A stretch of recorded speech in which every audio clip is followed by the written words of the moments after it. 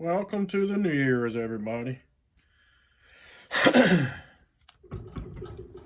everybody enjoyed their holidays. Spent some time with family. Excuse me. Well, I got some sharpening that I need to do on my climbing saw.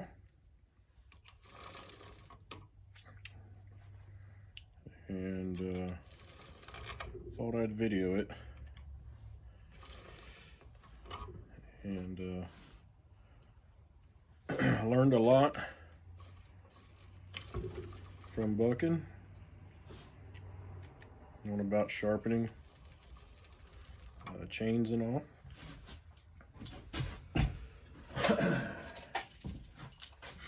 Back in the day when I was real young, 17, 18 years old, working with my dad at home.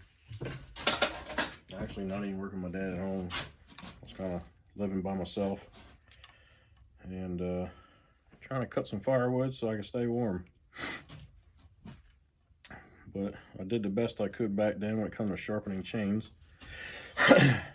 Couldn't understand or fix a saw that was cutting crooked. But a few years back, when I started watching Bucking, and he got talking about how to file and get in the gullet and making sure you have a nice C shape.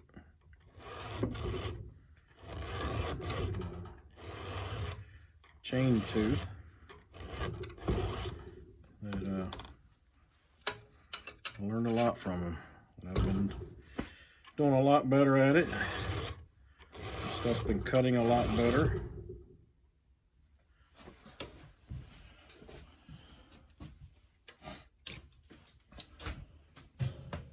And so I've started a job a couple weeks ago, and I had to quit because I got into some kind of poison when I was down there. I didn't know if it was poison ivy or something else. And that's just how things are starting to heal up a little bit now. That was the worst of it. It was blistered up really, really bad. That's probably gonna leave a scar for a while. Then it came up my arm a little bit, across my stomach a little bit. And the top of this hand, as you can see, it's all scabbed up a bit. And it actually came up the inside of this arm also. And I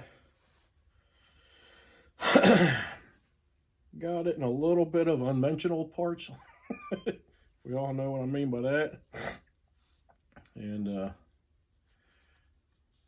come to find out, I wasn't able to get rid of it quick enough, and it was starting to spread in other areas. So I ended up doing one of those video chats with a doctor over the holidays, and I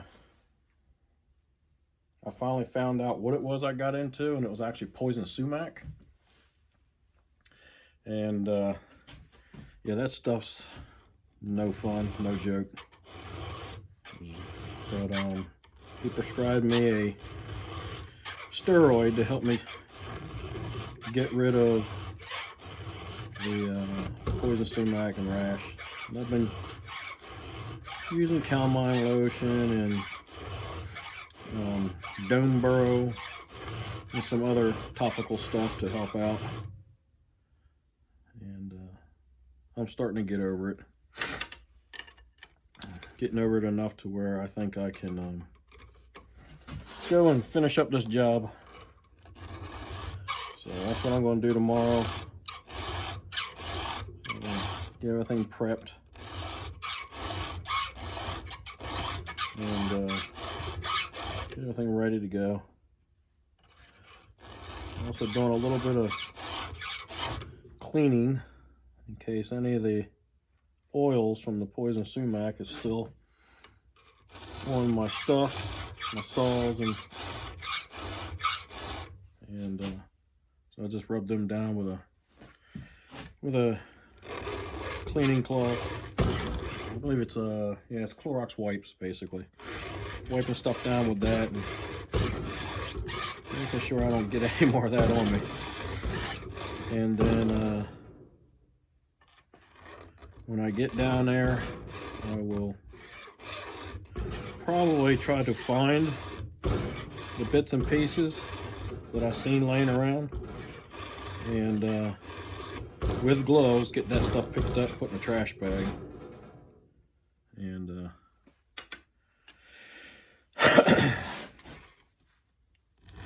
get that disposed of so I don't get back into it again.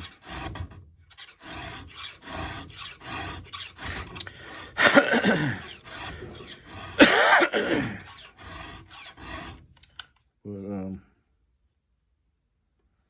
we'll get this one touched up. This little saw here touched up and ready to go. And this saw is a, there we go. Got a little burr there. This saw is an Echo CS355T. I love that little bugger. It is a 35cc saw. Plenty strong enough to do what I need to do. It's got a 14-inch bar on it, I do believe. And it easily pulls this ball and chain, no problem. And the only thing I've done to this saw so far is just a muffler mod, and that woke it up pretty good. I eventually, and I may start on after this job, I eventually want to do a little port job on this one. See if we can't wake it up a little more.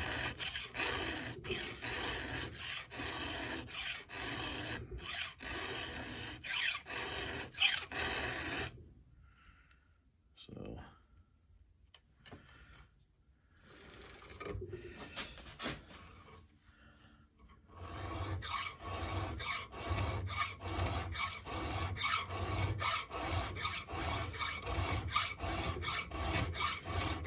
this chain has just about had it. It's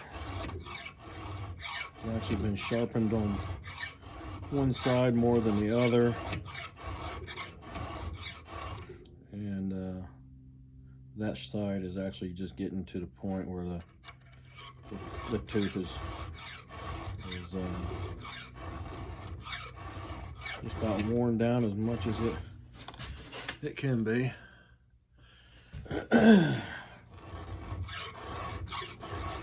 Alright, but get me another chain here soon.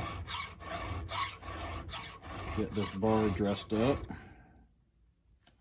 ready to go. Get it flipped. Remember, every once in a while you need to dress your bars and flip them. That way you get even wear on everything.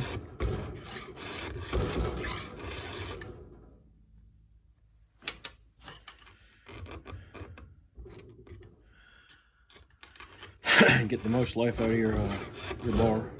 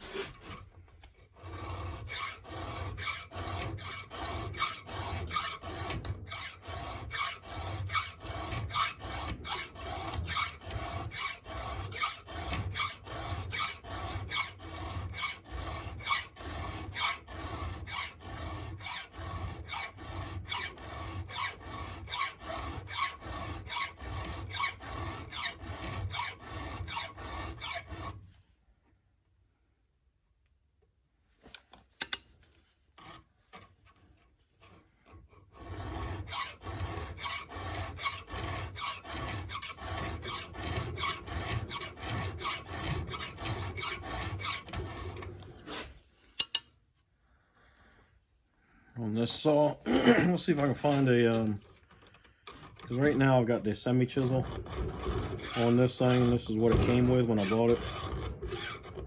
And we'll see if I can find a full chisel chain for this saw.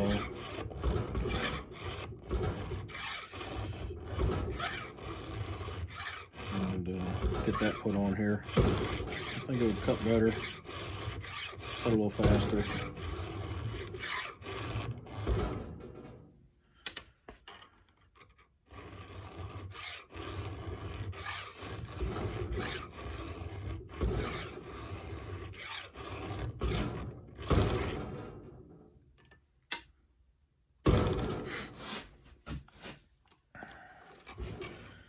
Sorry about the bouncing around a little bit, but my vise, I don't have it mounted solid. I've got it mounted kind of like a hitch is mounted. So I've got it on a plate with a piece of box tubing, and that piece of box tubing slides into another piece on the bottom of the table. That way I can remove it if it's in my way for whatever reason, and I can make room. So basically set it like a hitch. And if I needed to, and I needed a vise out in the field somewhere, I could take it with me and just slide it in my hitch.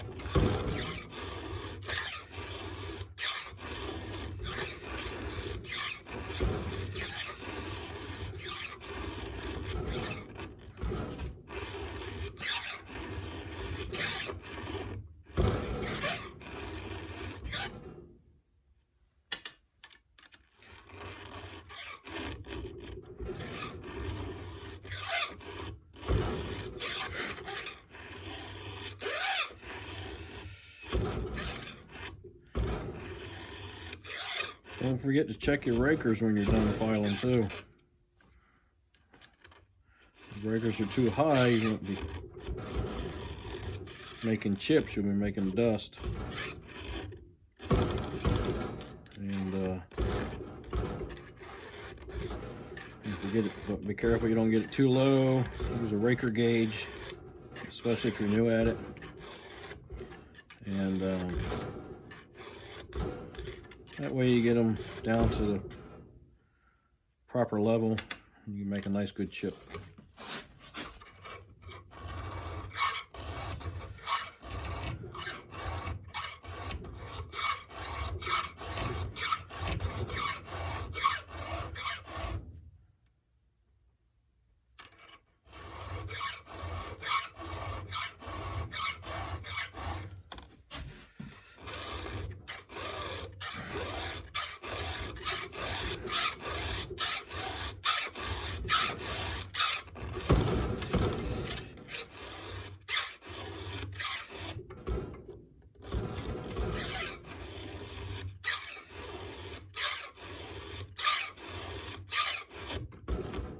Come on now.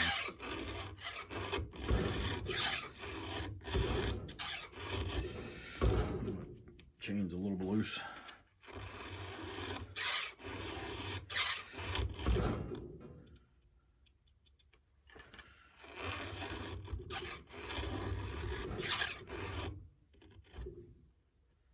There you go.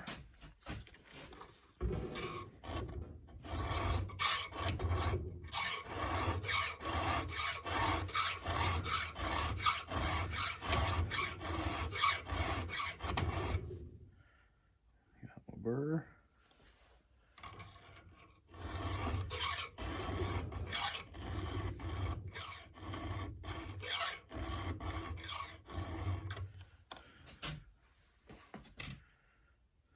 I don't know if you guys will be able to see it, but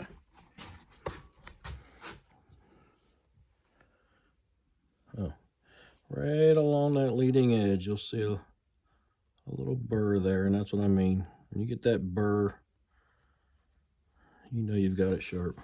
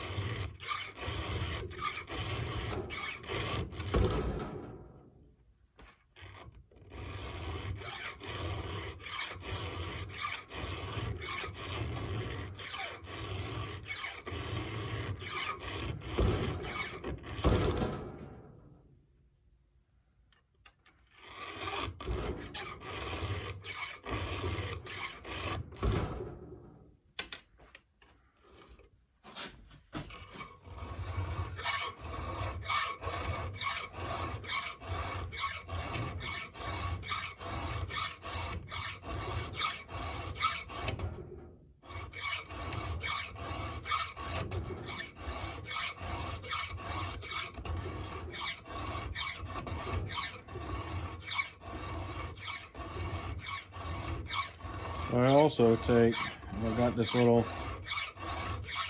chain grinder. It's nothing fancy. Just got it at one of my local hardware, or not really hardware, it's Harbor Freight basically.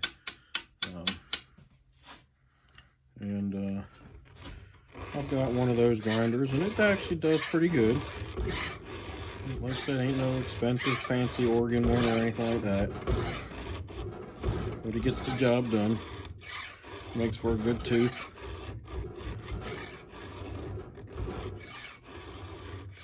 Especially once you learn what you can do with it, you can manipulate it a little bit if you want to, but you don't really have to. And a lot of times on my larger chains, and if I'm home,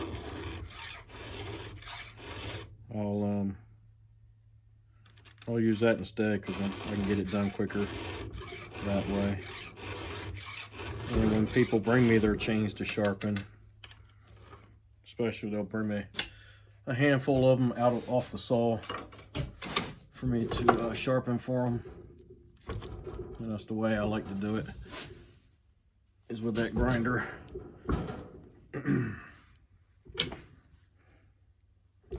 Oop.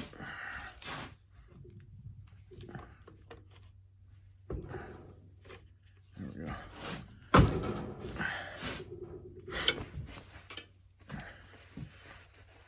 Like I say, it's nothing fancy. I actually bought a second one from a guy who had a trailer full of stuff from when his dad passed away. But there's, well, sorry about that. There's one of them there, still in the box.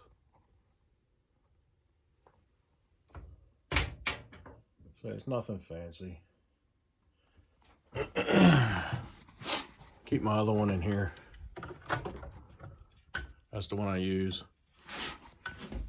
When that one goes up, I'll use the one out of the box. I'll just set it up on a bench somewhere and just clamp it to the bench. Plug it in and off we go.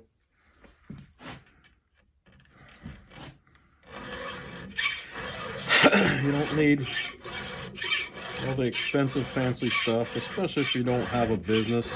It doesn't pay off. Just some guy that does some firewood every now and then, you're probably going to hand file it, or one of those cheap grinders will work just fine. It's got the adjustments on it for the different angles.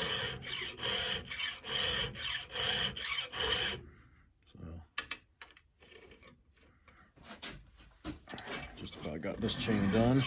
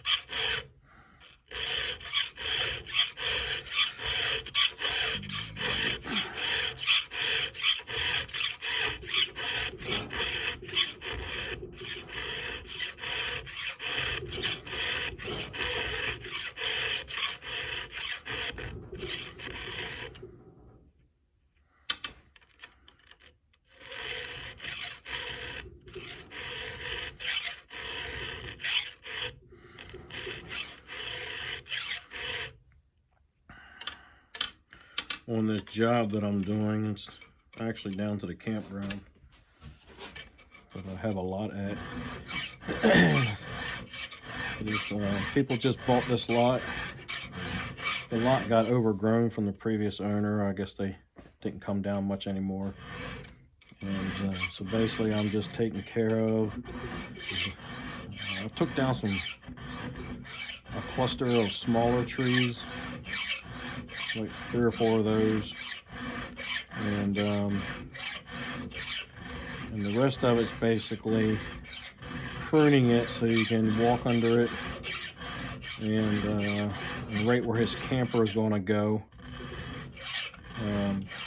I'm elevating the tree line where that camper is going to go to about 20 feet, because he also plans on putting the camper there and building a canopy right over top of that.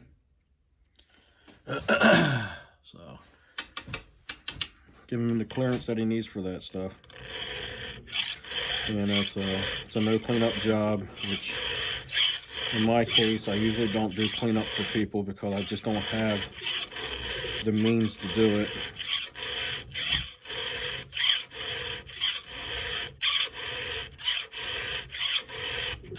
And in most cases, for the stuff that I do, a lot of the people do clean up anyway, so I don't do, like,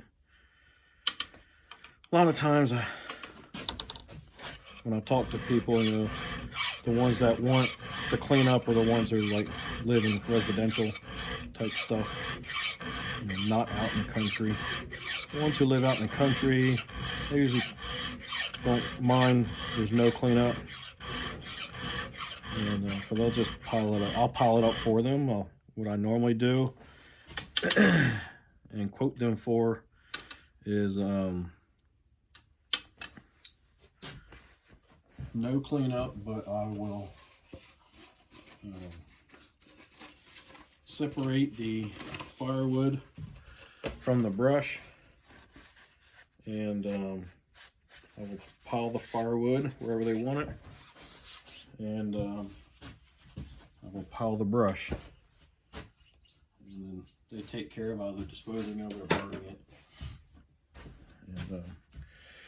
And that's the way I normally do it. All right, this chain's ready to go.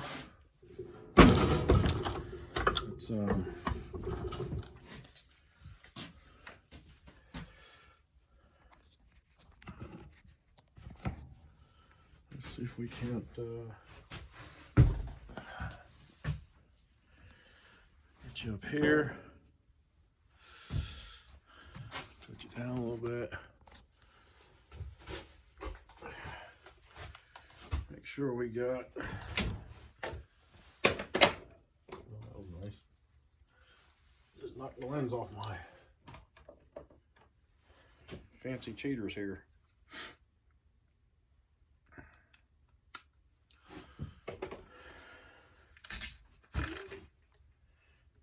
We got a little bit of fuel in there just to fire it up and make sure it's going to run.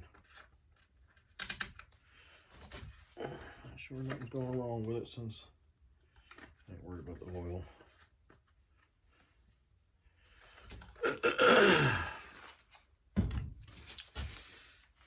Put my meter away.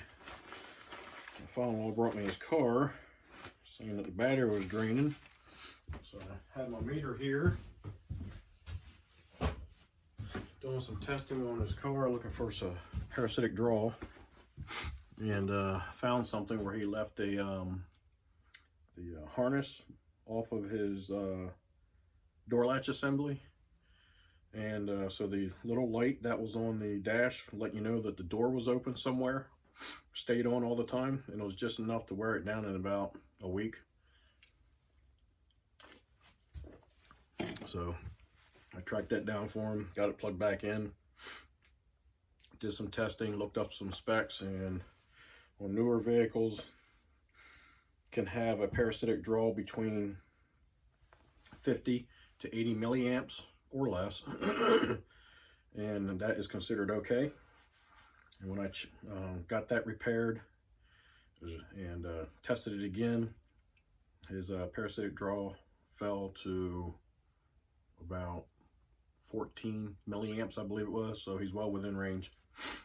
So, got his battery charged up for him, and pumped all his tires up, make sure they were in good shape.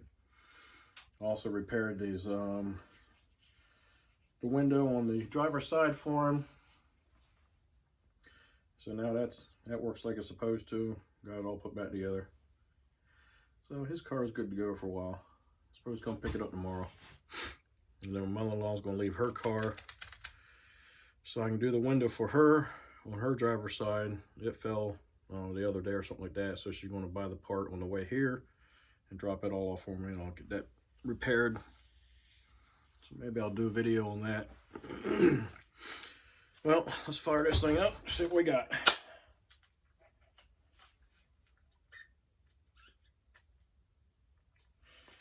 And this saw is not, this is my weak arm, my left side, and I can still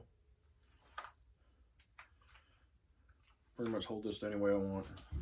That's the muffler mod I did. Basically there was a baffle there, and I removed part of that baffle, peeled this out, made that a little bit bigger, and pretty much a straight shot. And that's the only thing that's been done with this saw so far.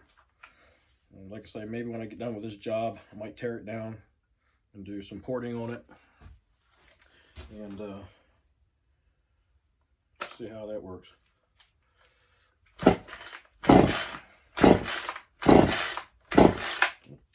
Helps if I choke it.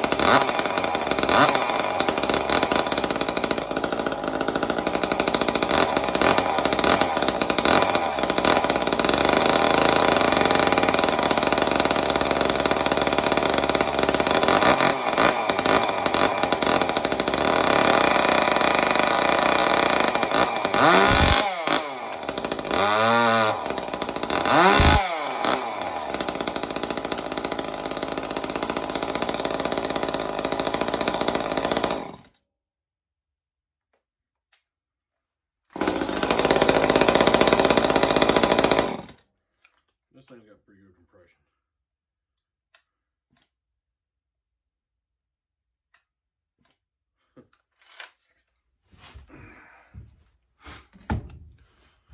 Alrighty, that's long enough. You guys have a good night. Be kind, and help people out whenever you can.